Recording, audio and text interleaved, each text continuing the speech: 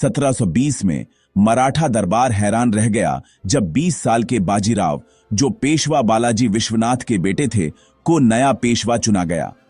कई लोगों ने उन पर शक किया, उनकी सिर्फ जवानी देखी, लेकिन छत्रपति शाहू महाराज ने उनमें युद्ध और दूरदर्शिता से बना एक लीडर देखा। अनुभवी दरबारियों के विरोध को नजरअंदाज करते हुए शाहू ने पेशवा का चोगा बाजीराव के कंधों पर रखा और उन्हें मराठा भविष्य की जिम्मेदारी सौंपी। बाजीराव ने इसे स्वीकार किया, यह जानते हुए कि यह सिर्फ ताकत नहीं बल्कि हिंदवी स्वराज्य की रक्षा और विस्तार करने का एक पवित्र कर्तव्य था। उन्होंने सामने से लीड करने की कसम खाई, सिर्फ बातों से नहीं बल्कि अपने उदाहरण से अपने सैनिकों को प्रेरित किया। उनकी नियुक्ति ने एक साफ संदेश दिया, मराठा अब सिर्फ एक क्षेत्रीय शक्ति बनकर संतुष्ट नहीं रहेंगे। बाजीराव का युग बोल्ड विस्तार और नए सिरे से गौरव का होगा। सावधानी का युग खत्म हो चुका था। भारत में एक नया तूफान आने वाला था। यह सब इसलिए क्योंकि एक समझदार राजा ने एक 20 साल के लड़के की आंखों में आग पर भरोसा किया। जब बाजीराव ने पेशवा का पद संभाला तो मराठा दरबार में कई डाउट्स थे, पर बहुत जल्द ही उनकी हिम्मत ने सभी स्केप्टिक्स को चुप करा दिया। शुरू से ही बाजीराव की बहादुरी पूरे भारत के बैटलफील्ड्स में चमक उठी। एक लेजेंडरी कहानी पलखेड़ के युद्ध की है।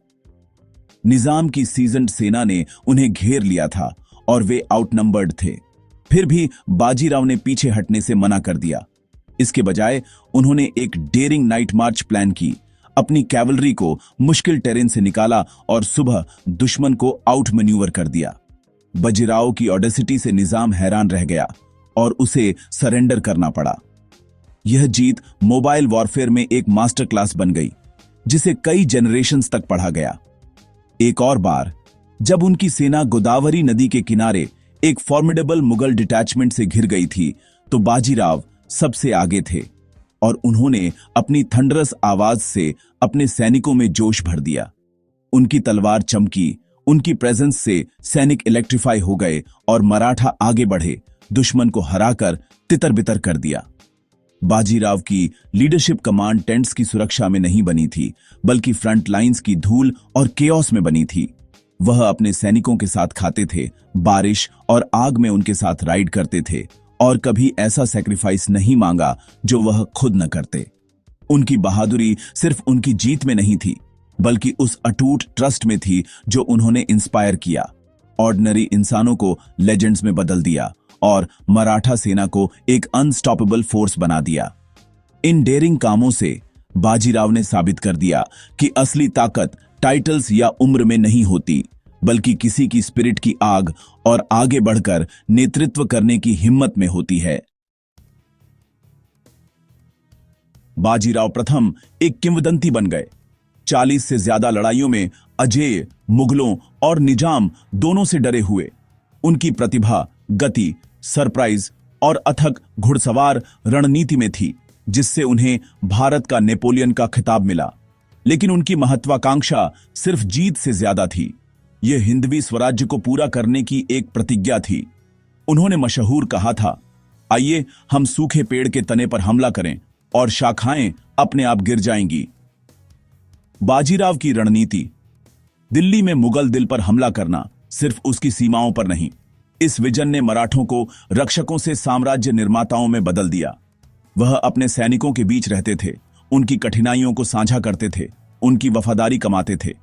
बाजीराव सिर्फ एक सेनापति नहीं थे, वह हिंदू पुनरुत्थान का प्रतीक थे। उनकी प्रतिज्ञा ने एक पीढ़ी को पूरे भारत में मराठा नियति में विश्वास करने के लिए प्रेरित किया। 1728 में बुंदेलखंड के राजा छत्रसाल मुगल सेनाओं से घिरे हुए थे। उन्होंने बाजीराव को एक हताश गुहार भेजी। दूरी और खतरे के बावजूद बाजीराव ने जवाब दिया, 1000 किलोमीटर की तूफानी घुड़सवार मार्च का नेतृत्व करते हुए। उनके आने से मुगल चौंक गए। बाजीराव की सेनाओं ने घेराबंदी को कुचल दिया, बुंदेलखंड को बचाया। छत्रसाल ने कृतज्ञता में बाजीराव को बेटे के रूप में अपनाया और उन्हें अपने राज्य का 1/3 हिस्सा उपहार में दिया, जिसमें रणनीतिक झांसी भी शामिल थी। इस जीत ने मराठों को मध्य भारत में एक महत्वपूर्ण फुटहोल्ड दिया। छत्रसाल ने अपनी बेटी मस्तानी को भी बाजीराव को दिया, जिससे एक शक्तिशाली गठबंधन बना। बुंदेलखंड के बचाव ने बाजीराव की हिंदू हितों के रक्षक के रूप में प्रतिष्ठा को मजबूत किया। इसने एक मोड़ को चिह्नित किया, जिससे मराठा प्रभाव दक्कन से कहीं ज्यादा फैल गया। बाजीराव की साहसी सवारी एक किंवदंती बन गई, सम्मान और त्वरित कार्रवाई का प्रतीक।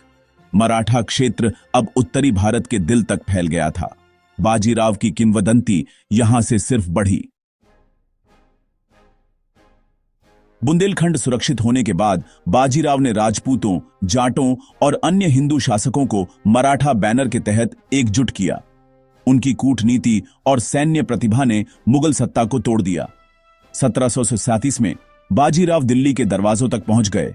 मुगल बादशाह घबरा गया। उनका भगवा झंडा लाल किले पर लहराया।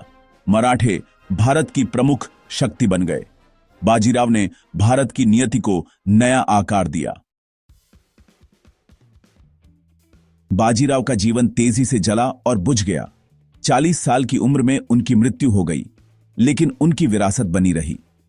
उन्होंने दक्कन से दिल्ली तक फैला एक साम्राज्य छोड़ा, जिससे अपने लोगों में गौरव और महत्वाकांक्षा पैदा हुई। बाजीराव एक लोकनायक बन गए, हिंदू पुनरुत्थान और एकता का प्रतीक। उनके बेटे नाना साहेब ने साम्राज्य को अपने चरम पर पहुंचाया, जबकि उनके दूसरे बेटे सदाशिवराव भाऊ ने पानीपत में नेतृत्व किया। बाजीराव ने साबित किया कि भारतीय शक्ति विदेशी शासन को चुनौती दे सकती है और हरा सकती है। उनका नेतृत्व, विजन, साहस और स्वराज्य में अटूट विश्वास था। आज भी बाजीराव का नाम देशभक्ति और गौरव को प्रेरित करता है। उनकी सच्ची विरासत, भारत में उन्होंने जो आशा और एकता की लौ जलाई थी, वह आज भी जल रही है।